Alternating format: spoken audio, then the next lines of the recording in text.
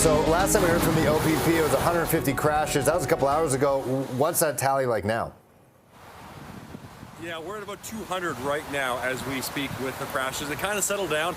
The snow is not coming down as heavy as it was earlier this morning, which is a good thing, but it's also a dangerous thing because you see behind me the traffic speed. The volume is decreasing here in the outlying areas.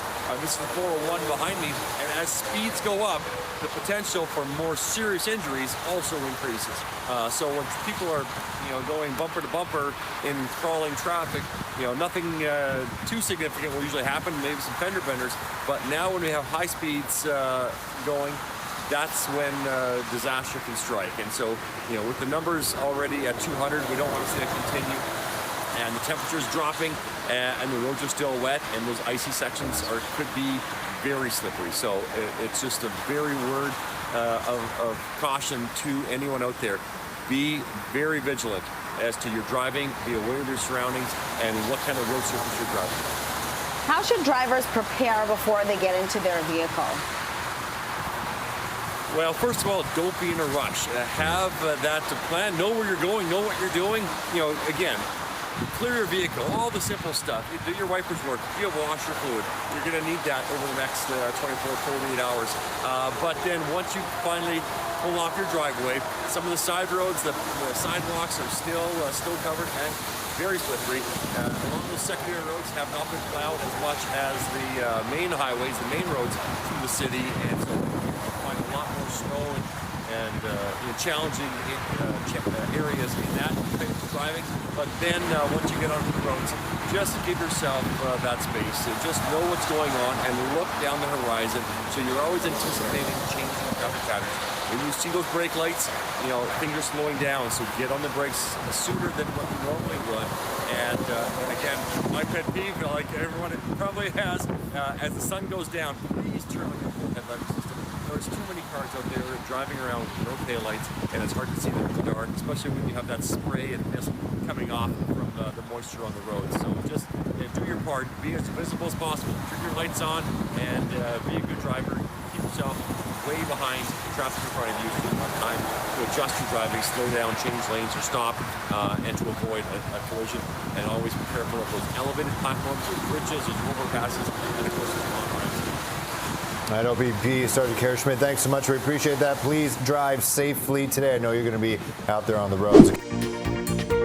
A child has been hit and killed in Hamilton. CP24 was live over the scene. This is on Emerald and Wilson Street. Police say that the 7-year-old was hit by a Hamilton city bus. It happened shortly after 1 o'clock this afternoon.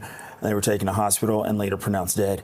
The road closures are expected for the next several hours. Hamilton Police Collision Reconstruction Unit have taken control of the investigation, and police say that if there are any charges, they will be laid when the investigation concludes, and police are being asked to avoid the area. Hamilton Mayor Andrea Horvath reacting this afternoon. Her statement says, quote, "My heart goes out to the family and loved ones affected by this heartbreaking tragedy. The loss of a child is unimaginable, and all of Hamilton is grieving with them. I want to thank the first responders and investigators working at the scene. We ask everyone to please avoid the area as Hamilton police continue their investigation." Toronto Police's hate crime unit is investigating after multiple Jewish prayer scrolls were removed from doorways in North York. Officers say they received reports of multiple mezuzahs being taken from the doorways of units within a TSHC apartment building in the Bathurst and Steeles area yesterday. Now, mezuzahs are traditional scrolls on doorposts seen as a public expression of Jewish identity. York Centre Councillor James Pasternak says around 15 to 20 from 6250 Bathurst were removed from door frames. You'll find that in almost every Jewish home. Toronto Community Housing residents always felt that their building was welcoming and safe. They chose that building because of its community. It has a little synagogue inside that they use on a daily basis. It is a wonderful, primarily Russian-speaking Jewish community, and they've always lived their lives openly, celebrated their religion and their history. And so this is a major shock that someone would go through the night ripping off or tearing off these mezuzah. And they were affixed very strongly. So it's not an easy task to pry them off. Once we heard what happened today, the last 24 hours, with these mezuzahs being ripped off the doors, I received a phone call earlier today from Maureen Lesham, and two of us showed up here at the building and then sourced out other people like the Israeli source to put these together and bring these to the residents so we can get them on their doors before they went to bed tonight. Something that the rest of the community didn't do, and we felt was so important to do as quickly as possible to let these Jewish residents feel safe in their own homes. And Mayor Olivia Chow posting this on social media. This is an outrageous and vile act of anti-Semitism. This is a public supportive housing building for seniors. They deserve to live in peace without fear of being targeted for being Jewish. I will be reaching out to TSCH leadership to investigate how this could happen. And a statement from the Center for Israel and Jewish Affairs reads, a mezuzah isn't just an object. For us, it's a reminder of our faith, heritage, and identity. It is placed in our doorways to provide a sense of comfort and spiritual protection, and yet the seniors at a building in North York were targeted in a place where they should have felt the safest. We've seen hateful conduct go from shouting in the streets to targeting Jews outside our homes to now in the hallways of our own buildings. The time for words is over. Our political leaders at all levels must take action to protect the community. And anyone with information about this is being urged to contact police.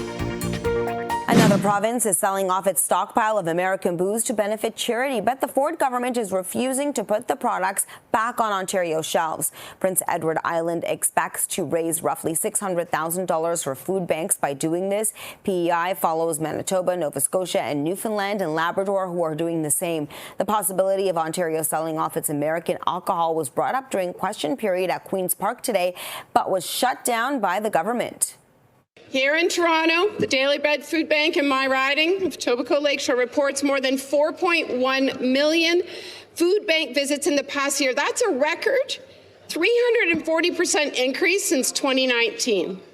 To the Premier, will he make this commitment to support struggling Ontarians this Christmas season and donate liquor profits to food banks? I'm appalled that the member opposite is supporting American companies by that kind of a statement. This government will not do that.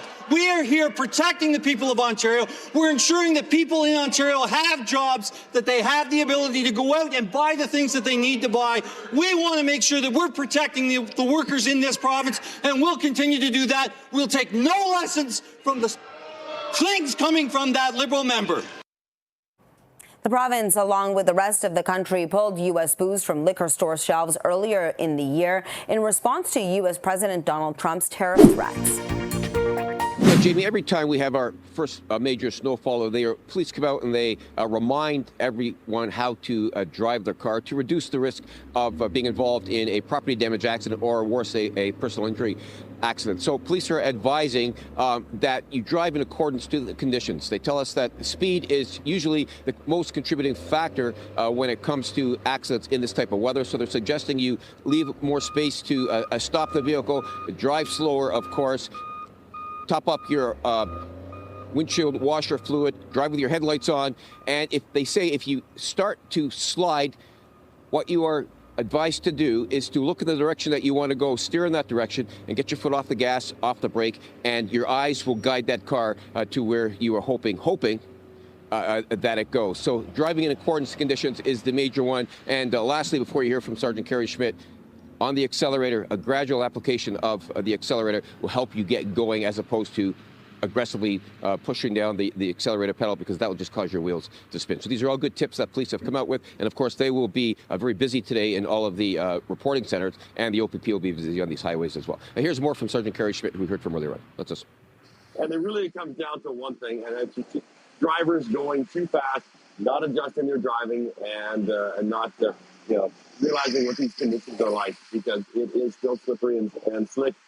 Plows are out there, but it is still a long journey ahead to get all the highways and all the ramps plowed and cleared while the snow continues to fall. Yeah, speed is the key factor, and you talk to any police officer who's investigated accidents during this time of year, they will tell you that speed is always a contributing factor. So if you slow down, it gives you more time to react, gives you more of a stopping distance, and hopefully we can get through this first snowfall without a lot of damage done to a lot of people.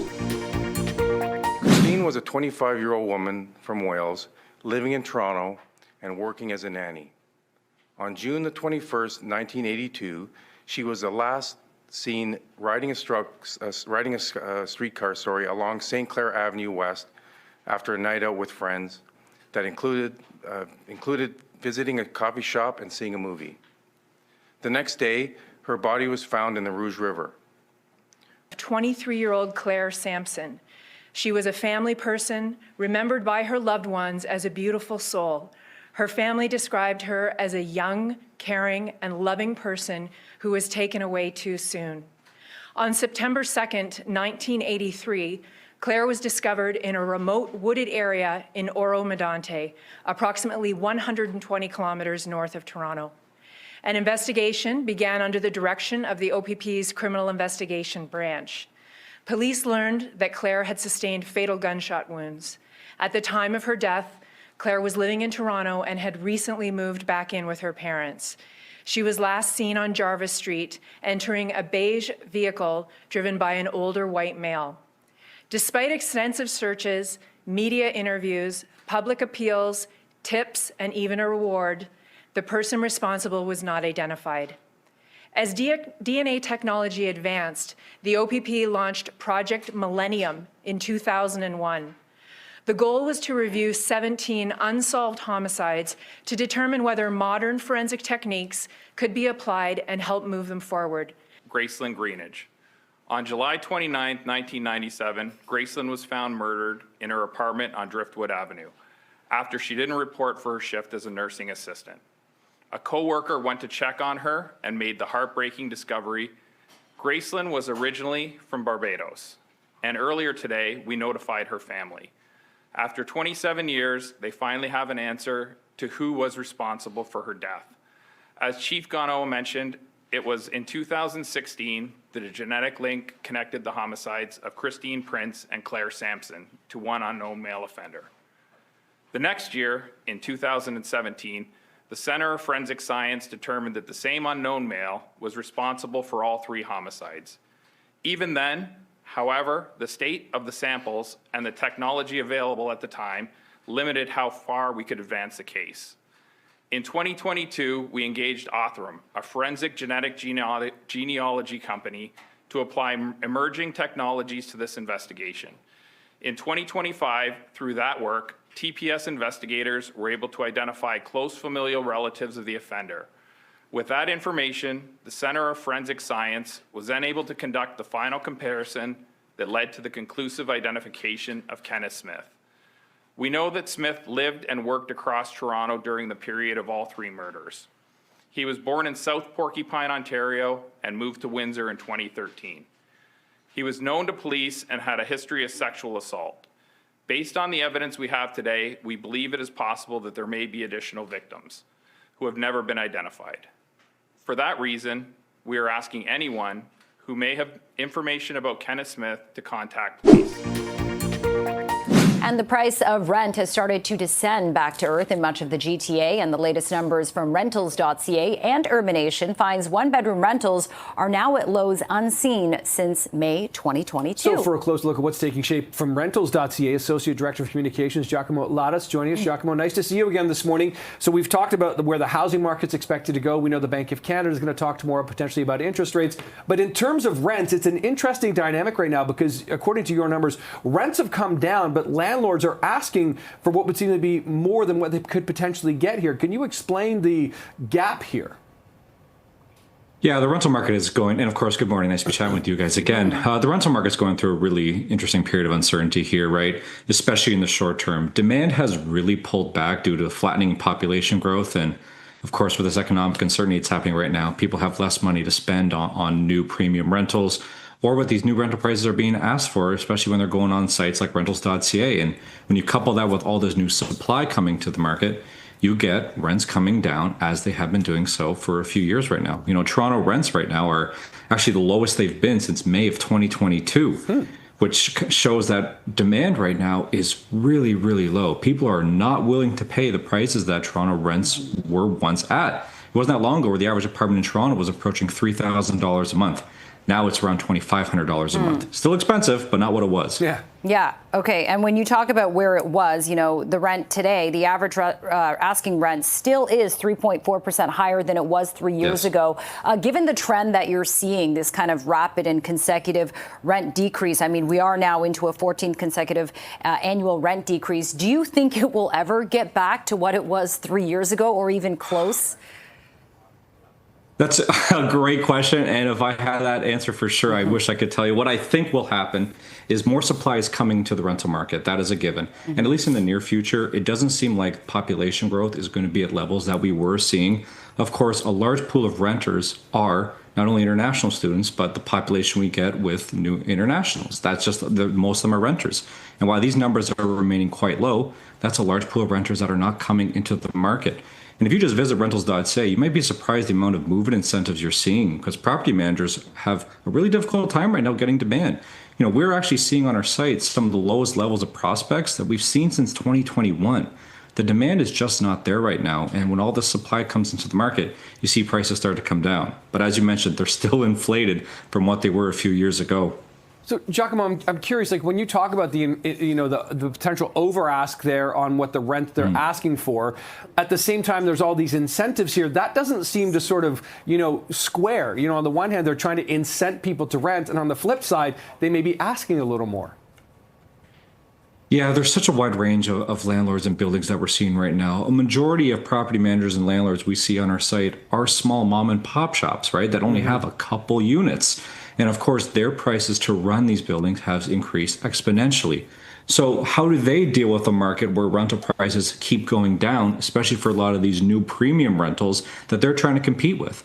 A healthy rental market is a small increase every year because that helps pay for the increased upkeep of these buildings. So small landlords are having a little bit more difficult time. These larger, more corporate premium rentals owned by larger companies can more easily afford to give away move-in incentives when that's not really the case for a lot of small landlords, which are a lot of Canadians. So it's a really interesting market right now. Right. Okay. And Giacomo, when you look at the types of rentals, where are you seeing kind of the most decline in prices that they're asking? Is it condos because they're so kind of infiltrated right now? Yeah, condos are right now probably the least stable. Purpose-built rentals, while they are coming down a bit, they're much more stable than condo units. Of course, a lot of these condos we're seeing for rent on our sites were not built to rent. They're built to sell. So these developers are trying to recoup some of their losses a little bit by putting them up for rent. And at times, they are known to bring that price down a lot just to move these units. But as far as individual unit types, we're finding studio and 3-bedroom apartments are the most demand right now. 3-bedroom apartments, it makes sense because you can split the rent 3 different ways, have multiple roommates. And then studio, of course, are the most affordable. So those are still in high demand. Okay, it's interesting to always dig into these numbers. Giacomo Lattis from rentals.ca. Really appreciate the time this morning. Thanks for helping us understand the market a bit better today. Thank you. Welcome back. We have an update to the fatal crash on the 400 we were telling you about all morning. 2 30-year-old Bradford men have been identified as the victims of this morning's fatal crash on the 400 in Vaughan. Happened on 345 in the northbound lanes near Major Mackenzie Drive. The OPP say a transport truck and a car collided, killing the 2 passengers in the car. The driver of that car, a 50-year-old from Toronto, is in critical condition in hospital. For more, let's bring in LPP Sergeant Kerry Schmidt. That's joining us here live on CP24. So again, this happened around 3:45 in the morning. Do we have any idea? I know it's still kind of early in this investigation. What may have led to this crash between this transport truck and a passenger vehicle? Yeah, certainly speaking to witnesses right now, trying to understand what the vehicle was doing prior to the crash. It happened very near the exit to Teston Road. Witnesses reported some sort of action as the vehicle was trying to make it over the highway across the lanes to the exit. I'm not sure if speed was a factor or just unable to exit the highway properly, but somehow they came in contact with the end treatment or the crash cushion that separates the highway from the exit ramp to Teston Road. As a result of that collision, the vehicle was redirected back into the path of the tractor trailer that was traveling northbound, and that's where the significant collision occurred, claiming the 2 lives in that vehicle. So it's still ongoing, and obviously we're appealing for any witnesses to come forward. And the driver of the passenger vehicle, or at least the driver of the transport truck, obviously the driver of the vehicle, if the passenger one is in critical condition, they can't. I'm assuming they can't talk. But the driver of the transport truck, what have they said thus far? What may have led to this? Yeah, they're speaking to officers for sure, and we're reviewing camera footage as well of the situation to see exactly what took place. We don't believe it was any environmental factors. Roads were dry and bare at the time. It has started to snow beyond the time of the collision, so road conditions certainly have deteriorated, as a result of weather moving in. But apparently it was dry and bare, although obviously dark at just before 4 o'clock in the morning. So those are all factors that we're looking into. Traffic volume I would assume to be relatively light. I don't know if there's any other issues, any other traffic, construction, or any other issues that would have been an issue for the driver. But again, that's all part of the ongoing investigation. Still very early on. A very tragic outcome here for this situation. We are working on notifying all the family, next of kin, and those connected to this collision, and of course appealing to witnesses as well to try to understand what happened and why. And in terms of the closures, the northbound 400 at Major Mac still closed for the investigation? Yeah, I don't expect that will be reopened until noon, in another hour or more before we get those lanes reopened. Southbound lanes are unaffected, and depending on weather coming through, hopefully there isn't any more salting or plowing needs to happen before that takes place. But we are working with the MTO and all our partners here to get traffic moving again. We understand this is a significant challenge for people traveling northbound on the 400, trying to get to their destinations. But we will provide updates when lanes are reopened, if we have a partial reopening or a full reopening. But again, all traffic is being forced off at Major Mackenzie. You can get back on again at Teston Road, northbound. Southbound lanes are traveling through the entire area, but there may be delays as a result of the visual distraction as a result of that investigation. All right, OPP Kerry Schmidt. Sergeant Kerry Schmidt, thanks so much. Appreciate it.